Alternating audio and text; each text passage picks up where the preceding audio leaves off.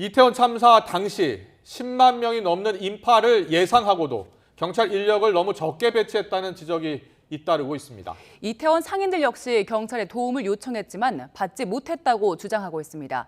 다만 경찰은 방범 대책에 대해 논의한 정도라면서 선을 그었습니다. 이태원역에 나간 취재기자 연결합니다. 김철희 기자.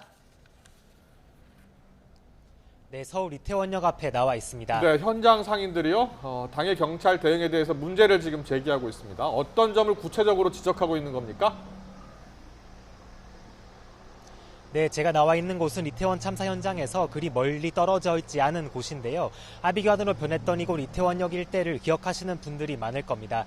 그런데 이곳 이태원역 상인들을 중심으로 당시 경찰이 약속했던 지원 인력을 보내주지 않았다는 문제 제기가 이어지고 있습니다.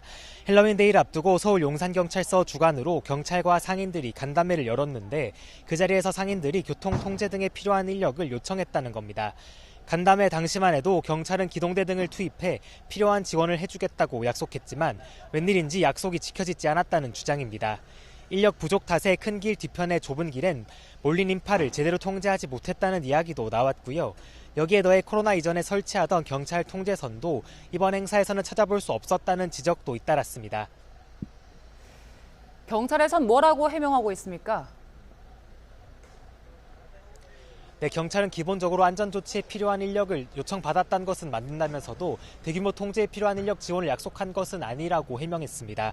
상인들을 중심으로 여러 우려가 터져나와 간담회를 연 것은 맞지만 자영업자들이 자체 질서 유지를 할 수 있도록 돕는 정도로 지원하겠다고 약속한 것일 뿐이라는 겁니다. 이전과 달리 경찰 통제선을 설치하지 않은 부분에 대해서도 해명했는데요. 경찰 통제선의 설치 여부만으로 통제 수준을 평가하면 안 된다고 했습니다. 한마디로 경찰 통제선이 그어진 게 반드시 더 강한 통제를 의미하는 건 아니라는 겁니다. 다만 대규모 인파가 모이는 행사에 대비한 경찰 대응 매뉴얼이 부족했다는 사실은 인정했습니다. 주체자가 없는 대형 사건에 대응하는 매뉴얼이 없다고 밝힌 겁니다. 이후에라도 사회적 합의가 마련되고 이에 따라 적절한 대응책이 수립되기를 기대한다면서 경찰도 관련 논의를 시작했다고 덧붙였습니다. 지금까지 서울 이태원역 근처에서 YTN 김철입니다.